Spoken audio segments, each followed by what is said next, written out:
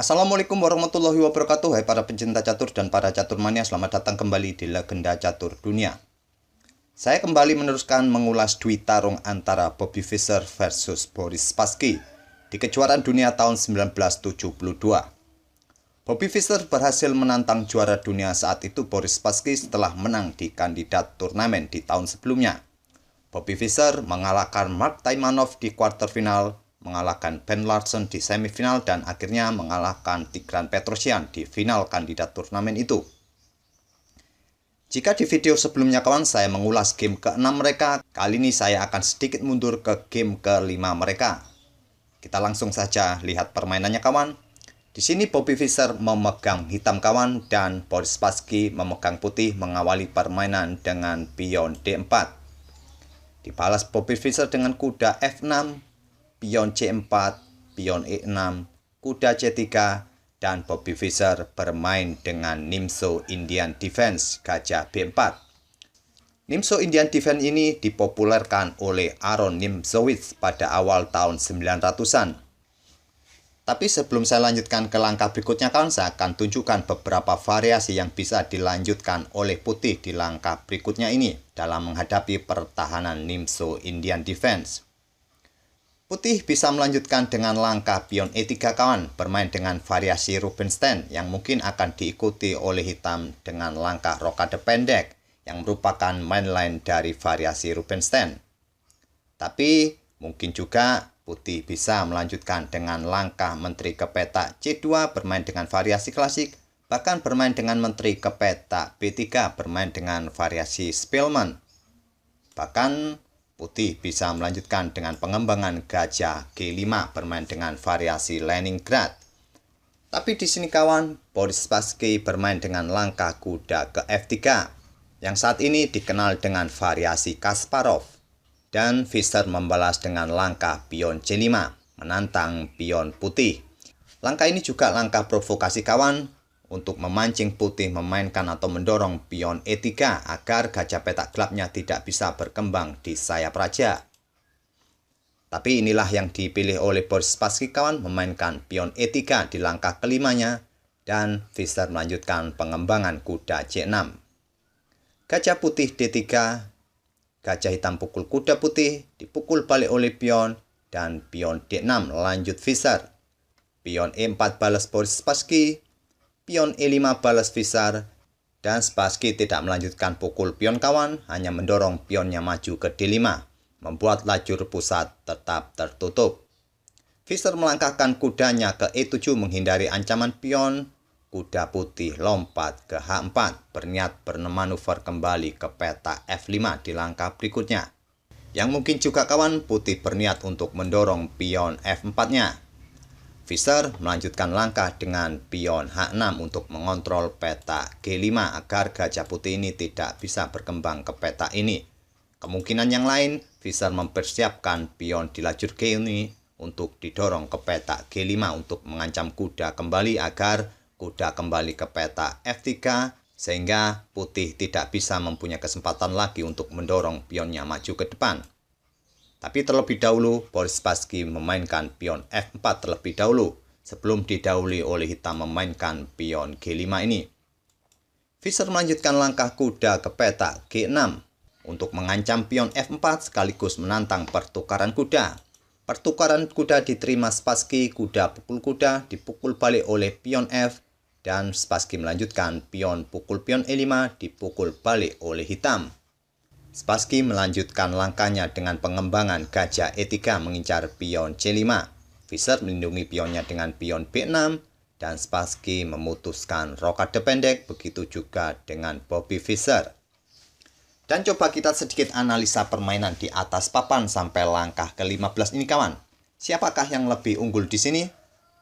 Secara posisi mungkin cukup seimbang kawan, dan secara materi mungkin putih sedikit lebih baik karena mempunyai sepasang gajah.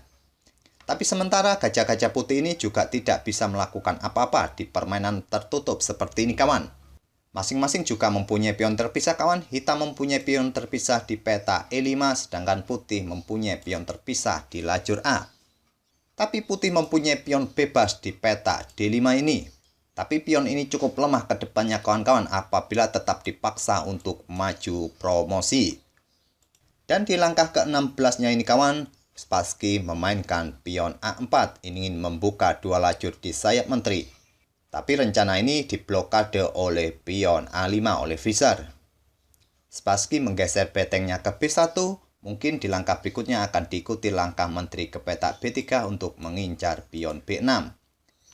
Melihat ancaman ini kawan, Bobby Fischer hanya melangkahkan gajah ke D7 untuk mengincar pion lemah A4. Langkah gajah ke D7 ini menahan Menteri Putih agar tidak meninggalkan diagonal petak terang untuk melindungi pionnya kawan. Dan selanjutnya Spassky menggeser atau mengangkat betengnya naik ke B2. Dengan memainkan beteng naik ke B2 ini kawan, ada beberapa opsi bagi Putih di langkah-langkah berikutnya. Putih bisa memainkan menteri ke petak B3 untuk mengancam pion B6 atau juga nantinya beteng ini bisa digeser ke lajur F untuk ditumpuk di lajur F. Dan Bobby Fischer menggeser betengnya ke B8 melindungi pion di lajur B. Spassky menggeser beteng ke F2, menteri hitam E7, gajah putih ke C2 menjaga pion A4 agar menterinya bisa aktif ke petak yang lain, dan pion G5 balas Fischer.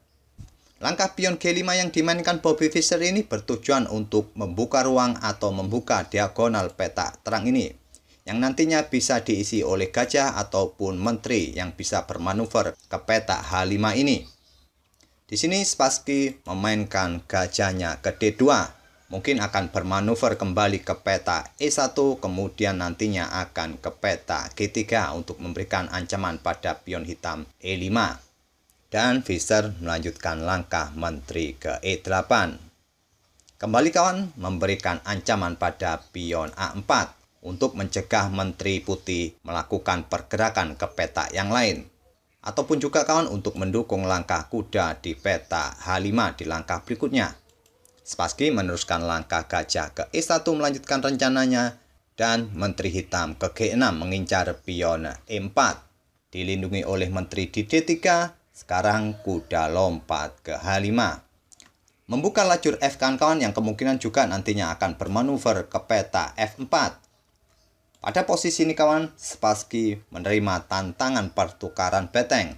Beteng pukul beteng, dipukul balik oleh beteng hitam, dipukul kembali oleh beteng putih, dipukul balik oleh raja. Keputusan untuk melakukan pertukaran kedua beteng di langkah ke-25-nya tadi kawan, merupakan keputusan yang cukup wajar bagi Putih. Karena sampai langkah ke-25 tadi, hampir pergerakan Putih sangat terbatas. Sampai langkah ke-25 ini, hitam masih dalam posisi unggul. Kedua gajah putih masih belum bisa bergerak memberikan ancaman, sedangkan hitam siap menempatkan kudanya di peta F4 ini. Dan di langkah berikutnya ini kawan, di langkah ke-26-nya, Spassky menggeser gajahnya ke D1 mengincar kuda. Kuda lompat ke F4 mengancam menteri. Dan pada langkah ke-26 ini kawan, selain posisinya terdesak kawan, Spassky juga terjepit masalah waktu. Waktunya tinggal sedikit sehingga di langkah berikutnya ini dia membuat langkah yang kurang akurat dengan langkah menteri ke C2. Langkah inilah yang dimanfaatkan oleh Bobby Fischer untuk pukul pion A4 dengan gajah yang memaksa Boris Spassky menyerah di langkah ke-27. Kenapa Boris Spassky atau Putih menyerah pada posisi seperti ini kawan? Langkah gajah hitam pukul pion A4 ini merupakan langkah defleksi atau taktik pengalian agar Menteri Putih meninggalkan diagonal petak terang ini untuk melindungi pionnya. Coba kita analisa kawan apabila Putih menerima pengorbanan hitam dengan Menteri pukul gajah. Tentu saja hitam akan melanjutkan dengan langkah Menteri pukul pion E4 memberikan ancaman skakmat dengan pukul pion G2 ataupun pukul gajah E1. Ancaman skakmat ini sudah tidak bisa dibendung oleh para perwira yang lain. Mungkin Putih akan melanjutkan dengan langkah raja ke F2.